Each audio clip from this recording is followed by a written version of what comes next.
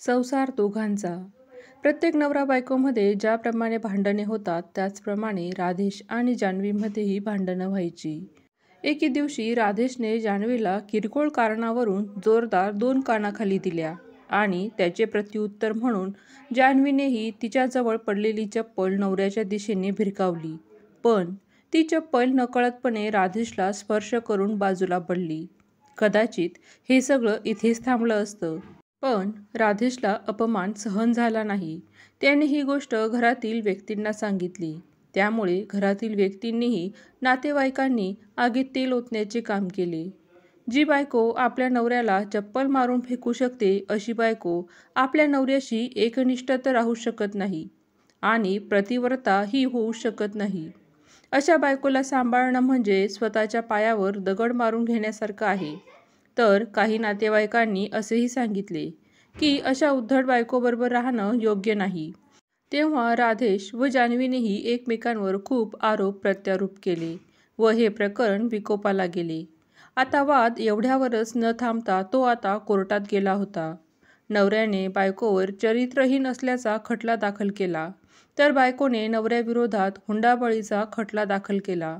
राधेश व जान्हवीच्या लग्नाला 6 वर्ष झाली होती आणि ते दोघे एका मुलीचे मातापिता देखील होते. असे असून सुद्धा आज त्यांच्यामध्ये घटस्फोट होणार होता. दोघांनी वकिलांमार्फत एकमेकांना नोटीस पाठवल्या. दोघांच्या हातामध्ये घटस्फोटाच्या अर्जाच्या प्रती होत्या. खूप आरोप प्रत्यारोप झाल्यानंतरही आता दोघेही शांत झाली होती. त्यांचा हा खटला 2 वर्षांपर्यंत चालला होता. 2 वर्षांपासून राधेश व जान्हवी वेगवेगळे राहत होते. खटल्याच्या तारखेला दोघांनाही यावे लागायचे. खटल्याला आल्यावर दोघांची नजर जेव्हा एक व्हायची तेव्हा ते रागाने लाल व्हायचे. दोघांच्याही मनात सुडाची भावना उत्पन्न व्हायची. त्यांचे वकील, नातेवाईक दोघांच्या सोबत असायचे. दोघांनाही समजून सांगितले जायचे की तुम्हाला न्यायाधीशांसमोर काय बोलायचे आहे आणि ते दोघेही तेच बोलायचे, जे त्यांना सांगितलं गेलेलं असायचं. काही वेळेस दोघांचे एखाद्या विषयावर एकमतही व्हायचे, पण परत काही वेळाने ते सावरायचे. न्यायाधीश मॅडमांनी त्यांच्या आयुष्यात असे अनेक केसेस पाहिल्या होत्या. त्यामुळे एके दिवशी खटला संपल्यानंतर त्यांनी राधेश व जान्हवीला एका रूममध्ये बोलावलं. रूममध्ये जाऊन राधेश व जान्हवी न्यायाधीशांची वाट बघू लागले. तेव्हा राधेश जान्हवीला म्हणाला, कदाचित आज आपला घटस्फोट नक्की होणार. अभिनंदन, तुला जे हवं होतं ते झालं.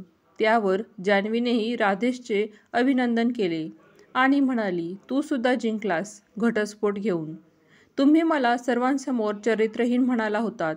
बरं झालं, आता तुमची चरित्रहीन स्त्रीपासून सुटका होणार आहे. त्यावर राधेश खाली मान घालून तिला म्हणाला, माझी चूक झाली, मी असं करायला नको होतं. खरं म्हणजे राधेशला त्याच्या या बोलण्यावर खूप पश्चाताप होत होता. तेव्हा जान्हवी त्याला म्हणाली, मी खूप मानसिक तणाव सहन केला आहे या दरम्यान. आता तिच्या आवाजात एक शांतता होती.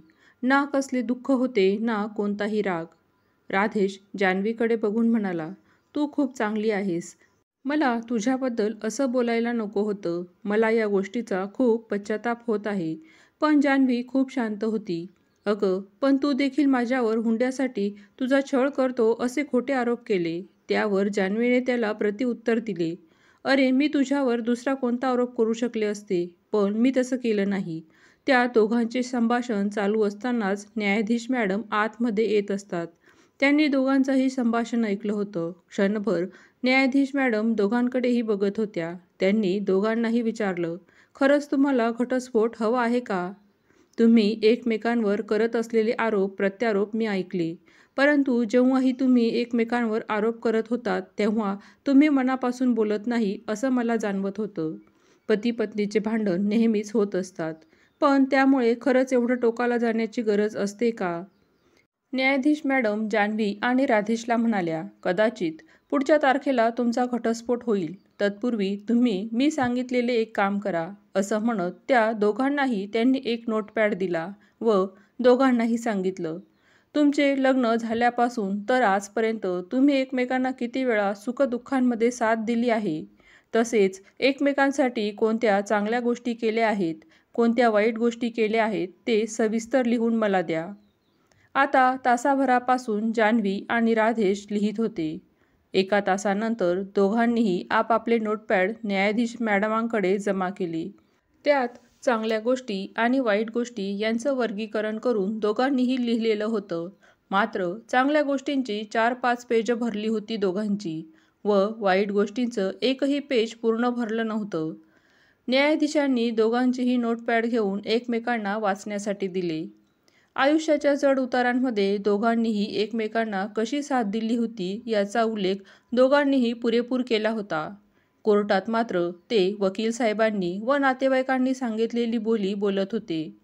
आता मात्र त्यांनी त्यांच्या मनातलं केलेलं होतं. ताप आल्यावरही जान्हवी रात्रभर कपाळावर पट्ट्या ठेवून होती. माझी खूप काळजी घेतली तिने. मुलीवर उत्तम संस्कार केले. आई वडील नातेवाईक घरी आल्यावर त्यांची योग्य प्रकारे पाहुणचार केला. अशा अनेक गोष्टी त्यात नमूद केल्या होत्या. राधेशने आपली किती काळजी घेतली, कसा तो काही मागण्याच्या आतच आपल्याला प्रत्येक गोष्ट हजर करत होता. त्याचप्रमाणे प्रत्येक सुखदुःखात आजारपणात त्याने कशी साथ दिली यासारख्या असंख्य गोष्टी जान्हवीनेही लिहिलेल्या होत्या. दोघांनीही एकमेकांचे नोटपॅड वाचल्यानंतर दोघांच्याही डोळ्यातून अश्रू वाहू लागले. आता न्यायाधीश मॅडमांनी राधेश व जान्हवीला विचारलं, तुमचं वाचून पूर्ण झालं असेल तर मला सांगा. अजून घटस्फोट हवा आहे का तुम्हाला? दोघांनीही खाली मान घालून नाही असं सांगितलं. अरे, आयुष्यात सुखदुःखही प्रत्येकाच्याच वाट्याला असतात. प्रत्येक वेळी आपण समोरचा चुकीचा असं म्हणून चालत नाही. राधेश तिच्या चेहऱ्याकडे पाहत होता. आज त्याला जान्हवी निरागस आणि सुंदर अशी भासत होती. जान्हवी ही राधेशकडे पाहून विचार करत होती, किती सरळ स्वभावाचा हा माणूस आहे. आता तोही एकटक तिच्याकडे पाहत होता आणि विचार करत होता, किती काळजी घ्यायची ती माझी. काय हवं काय नको ते सगळं बघायची. इतकं कोण कोणासाठी नाही करत, पण ती माझ्यासाठी करायची आणि मी फक्त तिच्यावर माझा पुरुषी रुबाब गाजवत राहिलो. दोघेही शांत होते. अश्रू भरलेल्या डोळ्यांनी दोघेही एकमेकांकडे पाहत होते. मला काहीतरी बोलायचं आहे, राधेश अडखळत बोलला. बोला ना, तिने त्याच्याकडे पाहून म्हटलं. कदाचित माझ्या मनात जे चालू आहे तेच तुझ्याही मनात चालू असेल, जान्हवी म्हणाली. अगं, हा 2 वर्षाचा कालावधी मी कसा काढला मलाच माहिती. मला तुझी खूप आठवण यायची, जान्हवीने त्याला सांगितले. हो, मला सुद्धा यायची तुमची खूप आठवण. अजूनही माझं तुमच्यावर तेवढंच प्रेम आहे. आपण अजूनही आयुष्याची नवीन सुरुवात करू शकतो.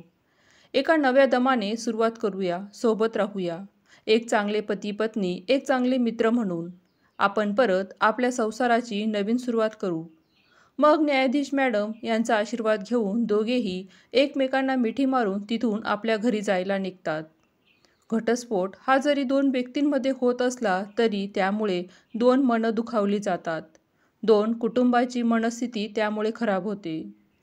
व्हिडिओमधील कथा आवडली असेल तर प्लीज लाईक करा, शेअर करा, सबस्क्राईब करा. धन्यवाद.